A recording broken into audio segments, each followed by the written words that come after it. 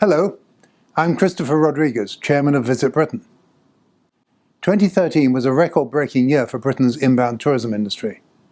Once again, it made a significant contribution to the nation's economy. I'm delighted to record that in 2013, tourism revenues grew by a substantial 13%, with more international visitors spending more money across the length and breadth of Britain. Tourism is our fifth largest export industry, worth £24 billion a year, and it contributes £6.7 billion to the exchequer in tax and duty. Importantly, this continued growth in revenues means a continued growth in jobs on offer, and at a time when the young in particular are seeking places to begin their careers. Research shows that once people visit Britain, they invariably think better of our nations and regions, not only as places to visit, but also as places in which to study, live, do business, and invest. Informed analysts now recognise that today's tourism industry is not just about visitors having a good time. It's about soft power and hard cash. We were pleased to continue our partnership on the Great campaign with the Foreign Office, UKTI and the British Council in 2013 and 14, because the way overseas nationals perceive Brand Britain is more important than ever before. The campaign has contributed significantly to the image of Britain overseas and helps us inspire the world to discover the unique people, places and experiences we have to offer. Independent research shows that the Great Tourism Image campaign has materially increased the aspiration to visit our country.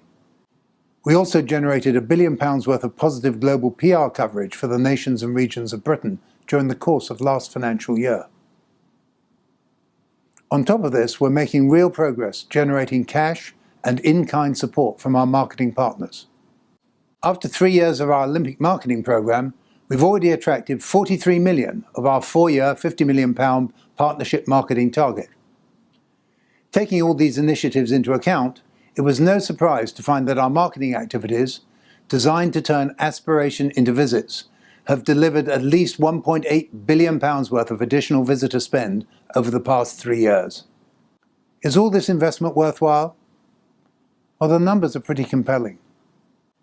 It costs Visit Britain around £25 to attract the average international visitor from our campaigns, and each average visitor contributes £216 to the exchequer. More telling still, we have more people who want to be our partners than we have partnership funds on offer. Money talks. But it takes real expertise to turn money into visitor numbers. So on behalf of my board, I'd like to thank my talented colleagues in the UK and around the world for their tremendous efforts this year. I'd also like to thank our partners across the nations and regions, the industry and government. We just can't do this on our own. So where do we go from here? Inbound tourism has continued to break records in 2014, and as it draws to a close, we're on track for another great year, and we're making good progress towards delivering our 2020 target of attracting 40 million overseas visitors a year, spending £31.5 billion, and creating 200,000 additional jobs. From our activity with the travel trade, which remains a key part of our distribution strategy even in a digital world, to our consumer-facing marketing campaigns and our positive global media coverage, Visit Britain works at every level to ensure that Britain is promoted, packaged and sold in the most effective way.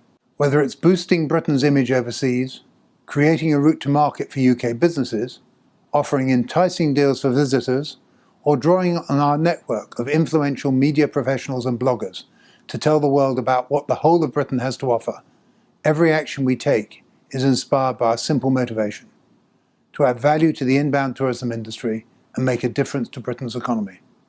I'm very encouraged by the progress we've made in the last few years, but there are challenges ahead. Competitors the world over continue to invest in improving their destinations and the experiences they offer. We cannot rest on our laurels. Our 2020 goals are ambitious, and they depend on continued collaboration with our partners to deliver the bespoke origin market strategies we developed for the first time in 2013. From our research, it's clear that our traditional core markets of the US, France and Germany will remain our major sources of visitors and revenue for at least the next decade. But the hard fact is that revenue from France and Germany has been static over the past decade, whilst revenue from the US was 1.2 billion lower in real terms in 2013 than it was in 2000. Proof positive that although we still punch above our weight in these markets, there is work to be done if we are to remain attractive to their travellers. The good news is that these markets still have growth potential if we capitalise on what our nations and regions have to offer. The trick is twofold. First, to enhance the pulling power of London for new first-time visitors, and second, to persuade prior visitors that even if they have done London, they haven't done Britain. Taking our customer insight and knowledge, we are working with our national and regional tourist board partners on a programme we call Curated Britain, developing engaging content and compelling stories based on days to remember. By encouraging visitors to explore Britain from Penzance to Perthshire, we can drive economic growth across our regions and increase visitor spending in all parts of Britain. We're also concentrating resources on the markets that have the potential to deliver significant additional business over the medium term, by investing in major growth economies, China, India, Brazil and the Gulf. This work contributes to the government's soft power agenda by improving the perception of Britain overseas and nurturing emerging export markets, at the same time as it secures our stake in the global tourism industry of tomorrow. 2013 was a great year delivered by a small but talented team.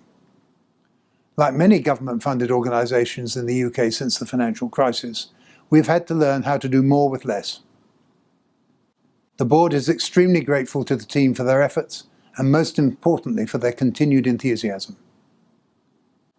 I'd also like to bid farewell and say thank you to Janice Kong OBE, the Right Honourable Baroness Liddell of Coatdyke and Clive Gordon for their contributions to the board. They have all stepped down from the board in the past year as their terms came to an end. Their contributions were manifold and they will be missed. I'd like to take this opportunity to welcome Ian McCaig, who joined us officially as a board member in February. Finally, and perhaps most importantly this year, I'd like to thank Sandy Dorr MBE, who stepped down as CEO earlier this year, and offer a warm welcome to Sally Balcombe, who now takes up the baton. Sandy has been a first-rate leader of Visit Britain. She was instrumental in grasping the opportunities offered by the Olympics, and she contributed the energy and direction needed to ensure the whole team delivered success under very challenging conditions. The board is very sad to see her leave after more than 20 years at Visit Britain and 5 years as a CEO. But we wish her every success in the next stage of her career. From my perspective, she was a great partner and a pleasure to work with. Sally Balcombe joins us in what has to be one of the most exciting tourism marketing jobs in the world. She inherits a strong team, and her extensive commercial experience in our industry and her time as board member position her well to ensure that Visit Britain continues to deliver results for the British tourism industry in the years ahead.